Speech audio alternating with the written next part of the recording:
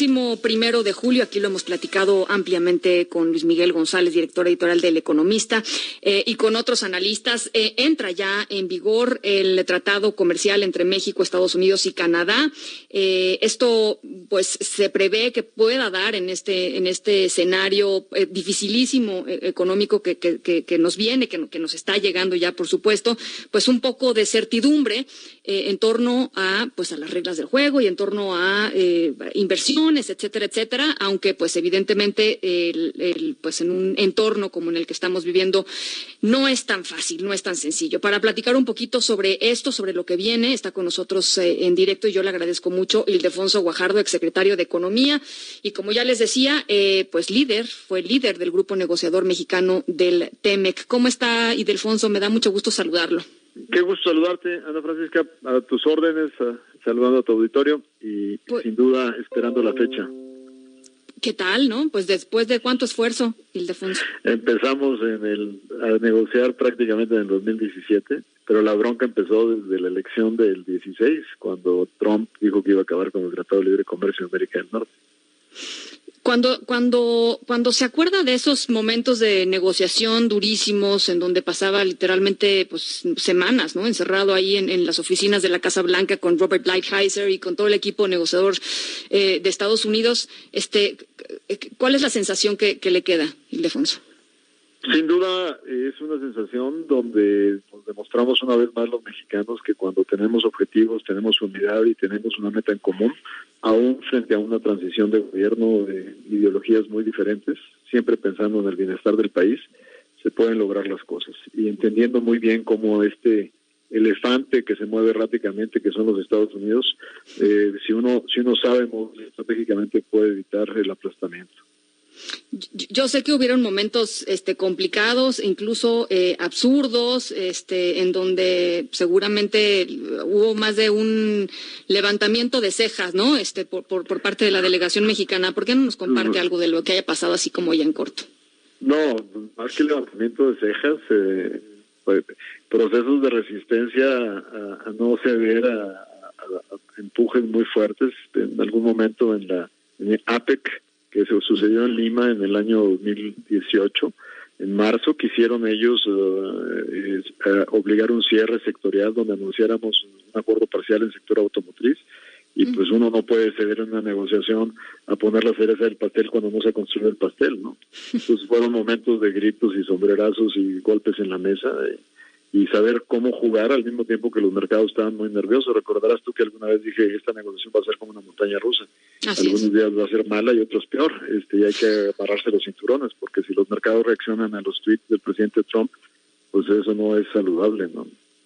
A ver, ahora estamos en un escenario evidentemente muy diferente, pero igualmente problemático, ¿no? En términos globales, con el tema de la pandemia de COVID-19, con el tema de la pérdida de empleo en México, la pérdida de empleo en Estados Unidos. ¿Cómo lo ve, Ildefonso?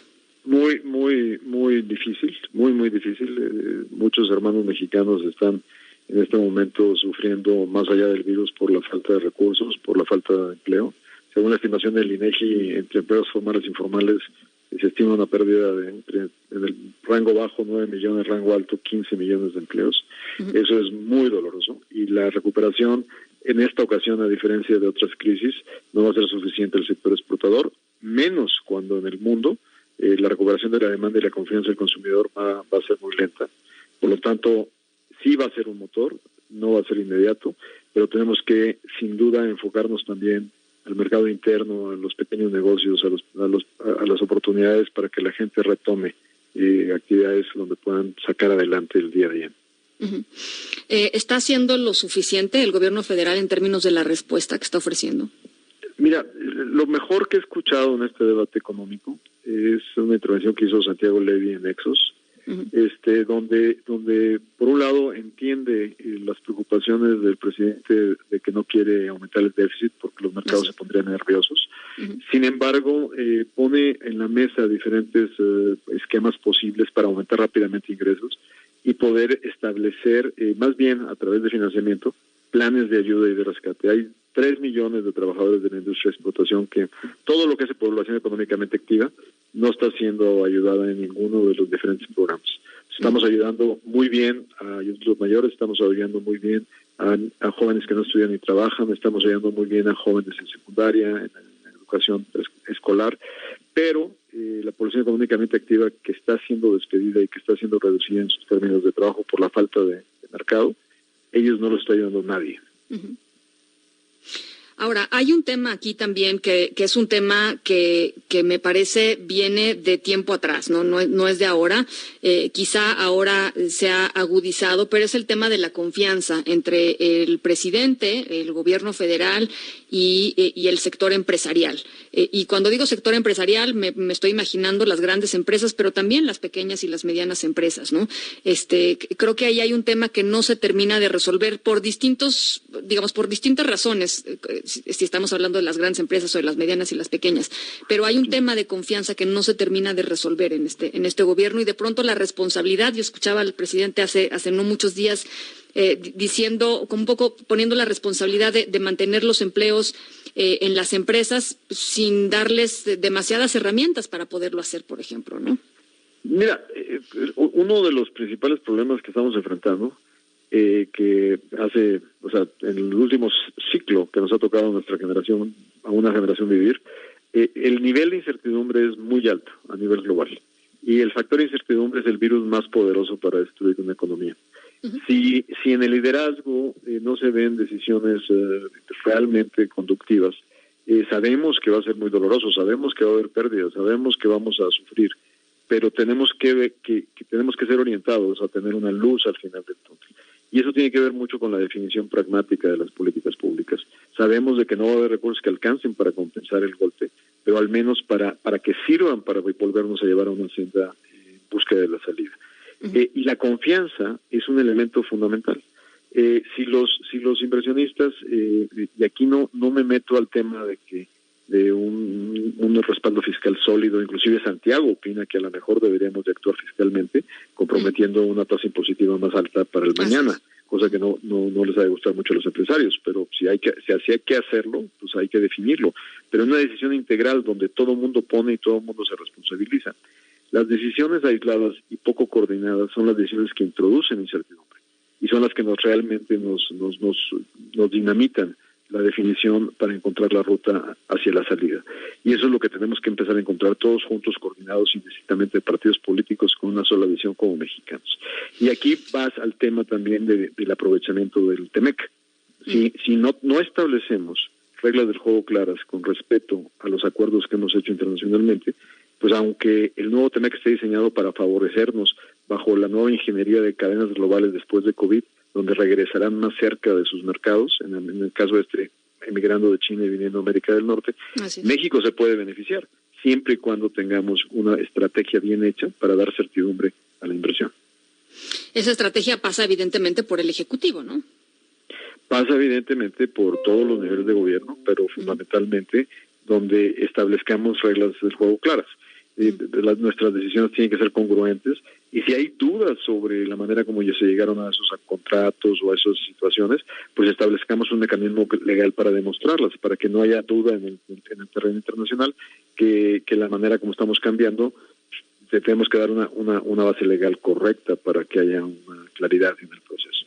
Le acabas de darle en el clavo, me parece, porque, por ejemplo, cuando pensamos en el tema de los energéticos y de las energías renovables que sucedió hace poquito, en donde pues todo el mundo pensaba que las reglas estaban muy claras y de pronto de un día para otro resulta que no estaban tan claras y que la apuesta pues no era por ahí y que la Secretaría de Energía se metió a tomar una serie de decisiones que contravenían acuerdos pasados y etcétera.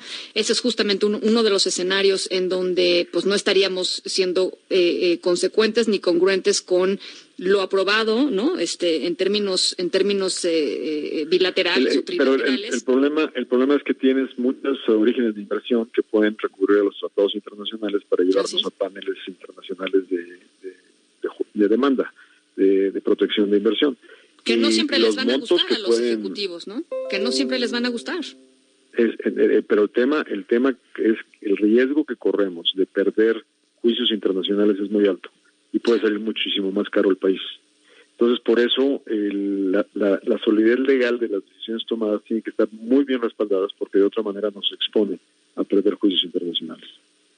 Ahora, porque tengo entendido que de aquí al 1 de julio se van a tomar una serie de decisiones como más reglamentarias en México con respecto ya al texto final rumbo al 1 de julio. De esas reglas, ¿son importantes en ese sentido? Mira, lo que va a ocurrir de aquí al 1 de julio en México tiene que ver con la adecuación del marco legislativo para estar listos para el inicio del funcionamiento del acuerdo. Y eso tiene que ver con, a la hora de hacer la negociación, se comprometen los países a adecuar los términos. Por darte un ejemplo, si hubo un acuerdo para que se respete la democracia sindical y que tenemos que estar conscientes de que la ley laboral esté de acuerdo a lo comprometido en el anexo que comprometió la administración del presidente López Obrador. Entonces, y hay cambios, por ejemplo, en temas de Internet, de derechos de autor. Lo que va a ocurrir en el Congreso es cambios legislativos que tienen que pasar por ambas cámaras para dejar el marco legal mexicano compatible con los acuerdos tomados en el TEMEC. O sea, no son cuestiones que incidan, por ejemplo, en las leyes americanas o en la manera como le da circunstancia, sino tienen que ver con... Ahora, el tema de alteración de una forma de abrir el sector eléctrico para energías alternativas está protegido por el actual tratado, pero por todos los demás tratados internacionales, por el de Europa, por el del Pacífico, y el nuevo TEMEC toma esa base para claramente en el capítulo de inversiones establecer ciertas responsabilidades mínimas en estos temas, ¿no? Pues complicado, la verdad se ve complicado el escenario. Ildefonso, ¿cuándo vamos a ver o cuándo vamos a leer las memorias de aquella negociación del TEMEC? Mira, como tú sabes, abrimos un despacho internacional que nos ha ido muy bien, después de cumplir con los periodos de no intervención como funcionario. Estamos trabajando mucho en temas globales, hemos trabajado con los ingleses, estamos trabajando con algunos otros países y también ya estamos tomando temas en México. Pero adicionalmente, como te has enterado, yo tengo un proyecto a seguir sirviendo a mi Estado y seguiré trabajando en esto. Y a veces las memorias se conflictúan con los objetivos de corto plazo. Entonces las memorias se escriben cuando ya de plano te vas a retirar. No, bueno, esperemos que sea dentro de mucho tiempo, por supuesto, pero bueno, la verdad que se antoja mucho pues esto, ¿no? Pero te invito a un café y te cuento mucho para que tengas los pendientes. Muchas gracias, Ildefonso. Te mando un abrazo y gracias por esta conversación. Muchísimas gracias por la invitación.